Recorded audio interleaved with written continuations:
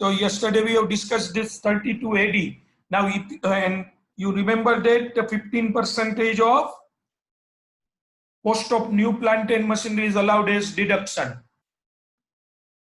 હવે તમારા મગજમાં એક વિચાર એવો આવ્યો કે આપણે શું કરીએ કે બિહારમાં કે તેલંગાણામાં કે આંધ્રમાં અથવા વેસ્ટ બેંગાલ બરાબર છે એમાં આપણે એક ઇન્ડસ્ટ્રી નાખીએ પેલા વર્ષે જેવી ઇન્ડસ્ટ્રી નાખીએ એટલે આપણને નોર્મલ ડેપ્રી એડિશનલ ડેપ્રી ઇન્વેસ્ટમેન્ટ અલાઉન્સ આ બધું બાદ મળી જાય.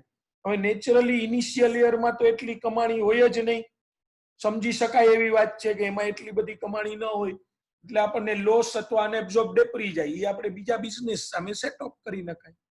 પછી એ રીતે 2-3 વર્ષ બિઝનેસ કરી અને આપણો પ્રોફિટ મેકિંગ બિઝનેસ હોય એની અમે લોસ સેટ ઓફ કરીને પછી ઓલું બંધ કરી દેવાય.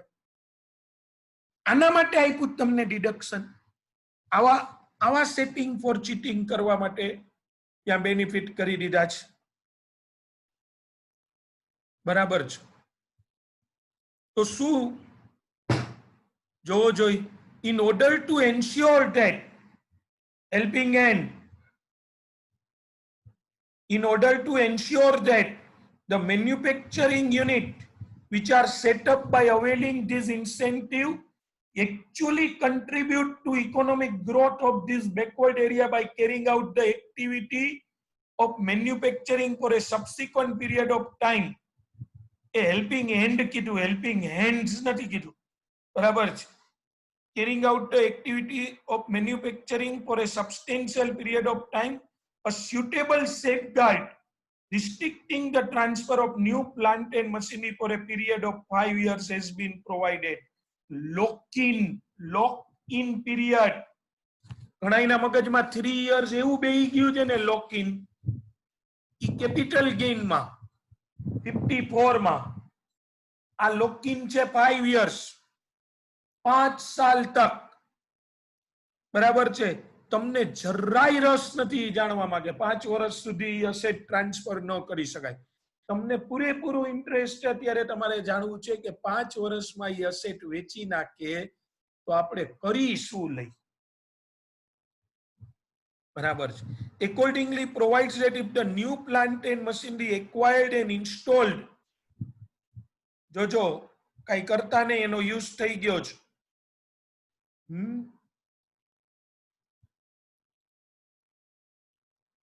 Acquired and installed by the assessee is sold or otherwise transferred except in connection with the amalgamation or demerger or reorganization of the business with a view to within a period of 5 years from the date of installation. હવે જો the amount allowed as deduction in respect of such new plant and machinery shall be deemed to be the income chargeable under the head PNG of BNP of the PY in which such new plant and machinery is sold or transferred in addition to taxability of gains arising on account of transfer of such new plant and machinery. જો 5 વર્ષમાં તમે વેચી નાખો તો અત્યાર સુધી તમને જે બેનિફિટ મળ્યો છે સેક્શન 32 AD માં જે ડિડક્શન મળ્યું છે 15% મળ્યું હોય ઈ પૂરેપૂરું ડિડક્શન ફ્રેન્ડ્સ એ પૂરેપૂરું ડિડક્શન જે છે એ ટેક્સેબલ એઝ બિઝનેસ ઇન્કમ થાય અને પ્લસ તમને જે વધારાનો ગેઇન થયો છે એ તો ખરો જ 35 lakhs નું મશીન લીધું ને 50 lakhs માં વેચ્યું તો 15 લાખ તો વધારાના થયા જ ને 35 lakhs ના 15% તમે જે તે સમયે બાદ લઈ લીધા હતા 5,25,000 ઇન્વેસ્ટમેન્ટ અલાઉન્સ. જો 5 વર્ષમાં વેચશો ને તો investment allowance will be taxable as business income. જે તમને બાદ આપ્યું હતું ના પાડી હતી કે 5 વર્ષ સુધી નહીં વેચો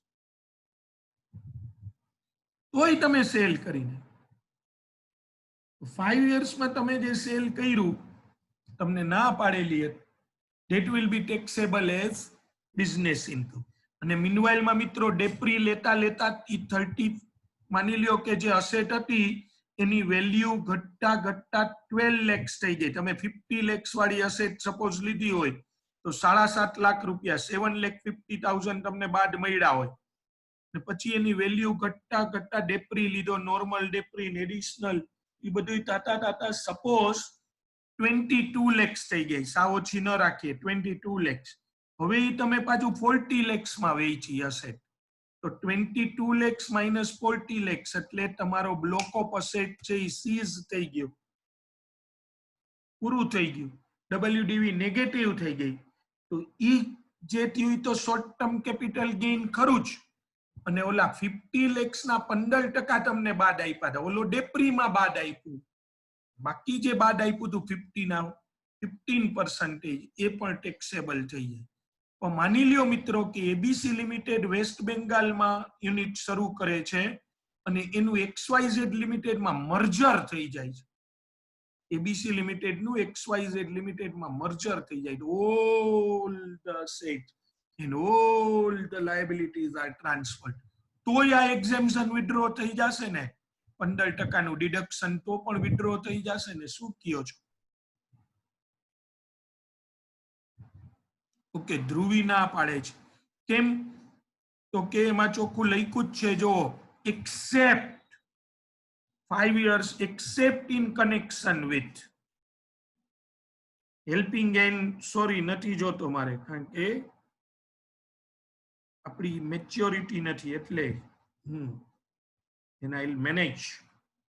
Except in connection with the amalgamation or demerger or reorganization of business. બરાબર છે. Within a period of 5 years from the date of its installation. Okay. However, the restriction shall not apply to the amalgamating company or demerged company. એ તમને મેં હમણાં જ કરાવી દીધું. તો મિત્રો આ આપણી સેક્શન 32 AD આ સાથે અહીંયા પૂર્ણ થાય છે. હવે છે સેક્શન 35. બ્યુગલ બજાવો. Section 35. Expenditure on scientific research. અત્યારે બહુ મહત્વનું. As of now, in this pandemic situation, the research activity is to be carried out by every business or industries. ને તમને ખબર જ છે કે ઘણા બધા ફિલ્ડમાં અત્યારે એક્સટેન્સિવ રિસર્ચ ચાલુ છે.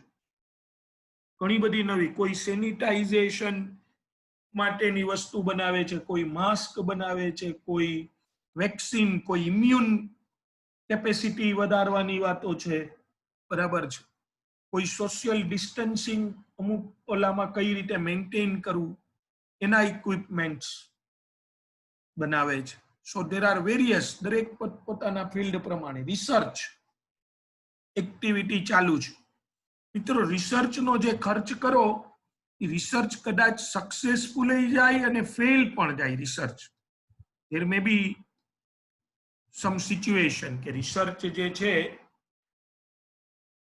એ સક્સેસફુલ હોય ને ફેલ હોય, પણ એના એક્સપેન્ડિચરનું જે અલાવન્સ છે ને ખાસ સમજ, it's always a positive activity. There is nothing like a failed research. જેમ તમે બધા સીએ કરો છો ને તો એમાં એવું ક્યાંય છે જ નહીં કે તમે એક્ઝામમાં ફેલ થયા. There is nothing like failure. બરાબર છે. It's just you can say that you have one more experience. ખાલી કેવા પૂરતું નહીં, મોટિવેશનલ ઓલામાં નહીં. મોટિવેશનલ તો અત્યારે બહુ બધું, જો સૌથી વધુ લોકડાઉનમાં કોઈ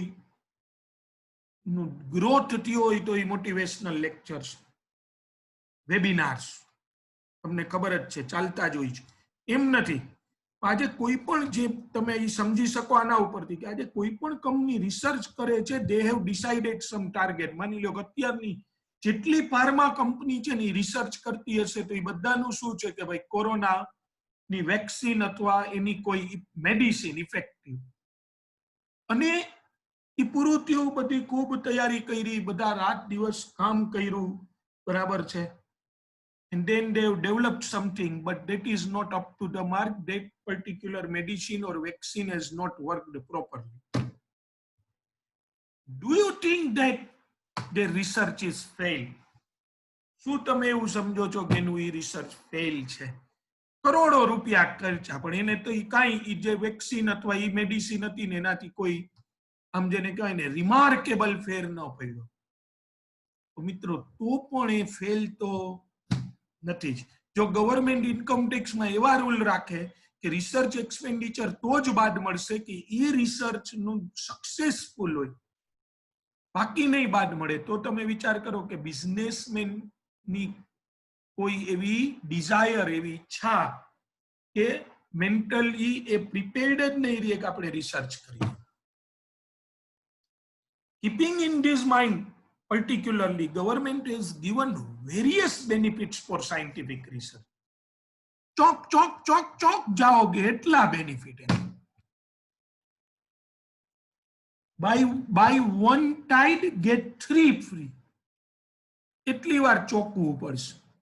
એટલા બેનિફિટ્સ ગવર્મેન્ટ આપ્યા છે. કોઈ રિસર્ચ કરો, બરાબર છે? તમે રિસર્ચ કરશો અને એ સક્સેસફુલ કે ફેલ જે કાંઈ પણ જશે, it will be beneficial.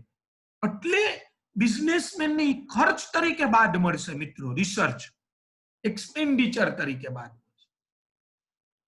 A expenditure તરીકે બાદ મળશે ટેક્સમાંથી. તો એ જેમ એડવર્ટાઇઝમેન્ટ છે, ફોર એન એક્ઝામ્પલ તમે વિચારો, I don't think કે કોઈ પણ બિઝનેસમાં માંથી ઘણા બધા businessman, you can directly relate your advertisement expenditure and benefits. તમે આમ ડાયરેક્ટલી રિલેટ ન કરી શકો જો કાલે આ એડવર્ટાઇઝમેન્ટ આપીને આજે આ વસ્તુ વેચાણી, એવું ન. There are series of efforts. You will get the benefits of your advertisement even after years. તમે પોતે ઘણીવાર એવું કર્યું હશે, ક્યાંય જતા હશો ને કોઈ વસ્તુની એડ જોઈ હોય, બરાબર છે? તમે જોયું કોઈ ટૂર્સ એન્ડ ટ્રાવેલ્સ વાળાની એડ હતી કે રાજકોટ થી અમદાવાદ ટેક્સી કેબ સર્વિસ મળશે. તમને પોતાને એમ થયું, ત્યારે તમારે જવાનુંય નથી, બરાબર છે? પણ તમને એમ થયું કે આ બહુ સારી facility. You have taken A photograph or you have taken a number of that particular cab and then you have restored or you have stored it in your mobile phone, and after 6 months or 1 year, sometimes either you have any requirement or your friends or relative, and then you will pass it. ચાલ્યો, આ એક આવું એક વસ્તુ છે. કોઈ guest house, કોઈ hotels, બરાબર છે, કોઈ વસ્તુઓ, there are various that you have just seen it અને તમને એમ લાગ્યું. એ એડવર્ટાઇઝ એને કરેલી એપ્રિલ 19 માં, એના બેનિફિટ કદાચ એને મે 20 માં મળતા હોય. You cannot directly relate. Still, advertisement expenditure are always allowed as deduction. Advertisement expenditure તો બાદ મળે જ છે. એવી જ રીતે આ સાયન્ટિફિક રિસર્ચ કોઈ વાર એવું નથી હોતું કે fail. It's a different thing that you have not achieved your desired result.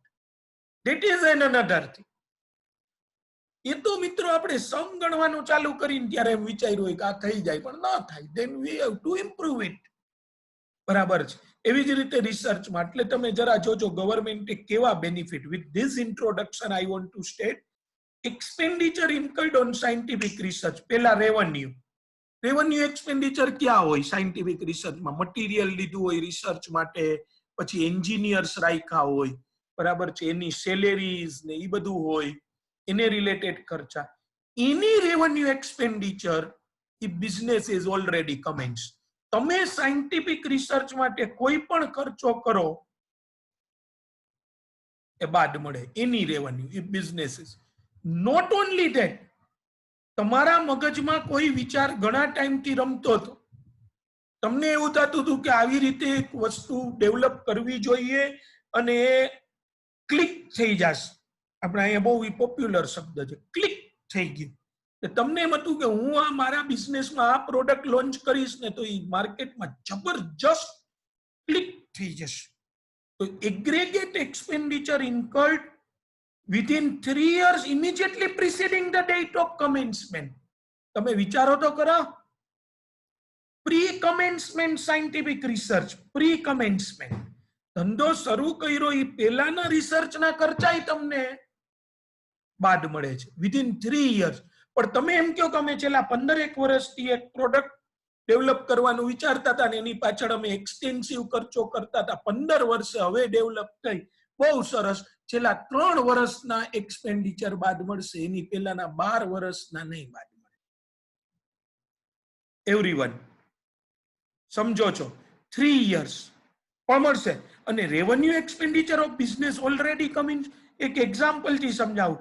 પીવાય 1920 મારું છે, પીવાય 1920 બિઝનેસ મેં પીવાય 1920 માં જ શરૂ કર્યો છે, તો પીવાય 1920 નો ખર્ચો મને બાદ મળી જશે આ જ વખત. પણ નોટ ઓનલી ધેટ પીવાય 1920 મને ક્યાંના બાદ મળશે જોજો. મેં 1st એપ્રિલ 19 એ બિઝનેસ ચાલુ કર્યો હતો, 1st એપ્રિલ 19 તો મને ક્યારથી બાદ મળશે? 18-19, 17-18 ને 16-17. મિત્રો ઘણા એવું વિચારતા હોય કોઈ પ્રોડક્ટ પ્રાઇમરીલી ડેવલપ કરીને જો એ સક્સેસફુલ લાગે તો એનું કોમર્શિયલ એક્સપ્લોઇટેશન કરે, એવું વિચારે છે કે જો આમાં કઈ સક્સેસફુલ જાય ને તો આપણે એને કોમર્શિયલી એક્સપ્લોઇટ કરીએ, અધરવાઇઝ નથી કરવી. એટલે એ રિસર્ચ કરે. તો એ 3 વર્ષ પહેલાના. તો આ તો બહુ તમે કહો સર એ બરાબર છે, એમને સમજાઈ ગયું કે બાદ મળે છે, એમાં કઈ નવું બહુ નથી. ઓકે, કઈ વાંધો નહીં. હવે કેપિટલ એક્સપેન્ડિચર, એક જ મિનિટ મિત્રો. સો હવે જે સૌથી મહત્વનું છે ફ્રેન્ડ એ છે એની કેપિટલ એક્સપેન્ડિચર. તમારા માટે જે તમે એમ કહો કે આ રેવન્યુ તો હવે સમજ્યા સર એ તો બાદ મળે જ, હવે ખર્ચા એમાં કાંઈ ન હોય, રિસર્ચ કરી ન હોત તો એ બીજે ક્યાંક બાદ લે. પણ તમે સાયન્ટિફિક રિસર્ચ માટે અમુક પ્લાન્ટ એન્ડ મશીનરીઝ જેમ કે કમ્પ્યુટર્સ લીધા, ટેસ્ટિંગ ઇક્વિપમેન્ટ્સ લીધા, બરાબર, કોઈ મેન્યુફેક્ચરિંગ વસ્તુ કરવી હતી તમારે ન્યૂ વેમાં મેન્યુફેક્ચરિંગ, જો વસ્તુ પ્રોડક્ટ માટેનું જ રિસર્ચ હોય એવું ન હોય, પ્રોસેસ માટે હોય રિસર્ચ કે કોઈ પ્રોડક્ટ ઓછા સમયમાં કેમ બનાવી શકાય, ક્વોલિટેટિવ કેમ બનાવી શકાય, ડિફેક્ટિવ ન નીકળે, સ્ક્રેપ ન નીકળે એવું કેમ કરી શકાય, બરાબર છે, એના માટે પણ હોય. કે તમે એ બધું ડેવલપ કરતા હતા એટલે મશીન્સ નહીં લીધું. એની capital expenditure except expenditure on land will be 100% allowed as deduction. મિત્રો આ તો ડેપ્રી કરતા આગળ વધ્યું. જો તમે સાયન્ટિફિક રિસર્ચ માટે કોઈ પ્લાન્ટ, મશીનરી, કમ્પ્યુટર્સ કેવું કશું લ્યો છો તો એ જે વર્ષે લીધું ને એ પૂરેપૂરો ખર્ચો તમને, બરાબર છે, રેવન્યુ એક્સપેન્ડિચર એ પૂરેપૂરા અને કેપિટલ એ પૂરેપૂરા.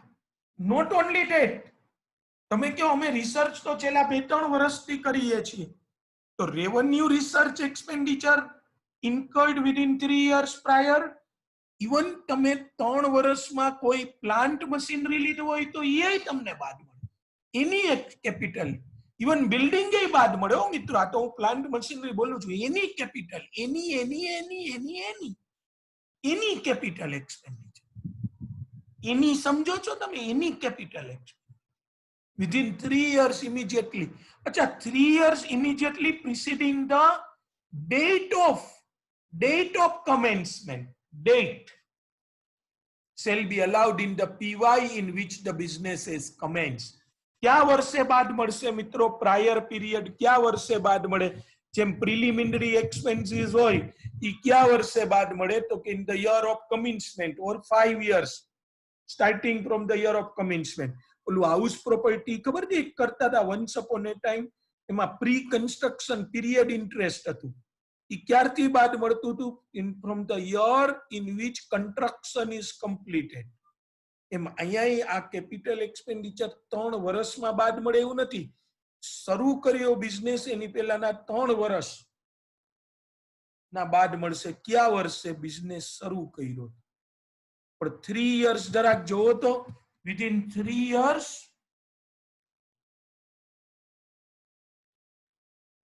immediately preceding, દેખાતું હશે બધાને, બરાબર છે, immediately preceding the date of commencement.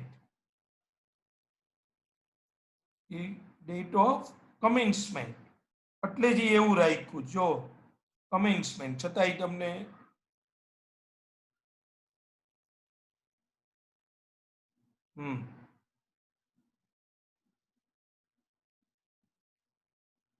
શરૂ કર્યો ને બિઝનેસ એની પહેલાના 3 વર્ષ શરૂ કર્યો એની પહેલાના 3 વર્ષ યસ એ કરાવું યસ સાગર વેરી ગુડ ઇન્કમ કરતા ડિડક્શન વધારે હોય તો એ પોઈન્ટ હમણાં કરાવું છું યસ તો આ ક્લિયર તમે હવે જો આનો ચાર્ટ જોઈ લ્યો પ્લીઝ સાગરનો ક્વેશ્ચન છે કે ઇન્કમ કરતા ડિડક્શન એ પોઈન્ટ આપણે સેપરેટલી લઈએ એક્સપેન્ડિચર ઓન સાયન્ટિફિક રિસર્ચ જો ખાલી હવે તો આ યાદ રાખી લેશો તોય ચાલશે કરંટ યર એની રેવન્યુ એક્સપેન્ડિચર અને એની કેપિટલ એક્સપેન્ડિચર જો એની રેવન્યુ અને એની capital prior period 3 years immediately preceding the date of commencement તો મિત્રો પ્રાયર પીરિયડ રેવન્યુમાં ખાલી બે જ ખર્ચા બાદ મળશે પ્રાયર પીરિયડ રેવન્યુમાં એક સેલેરી ટુ એમ્પ્લોઈઝ એન્ડ એક material used in research salary to employees and material used in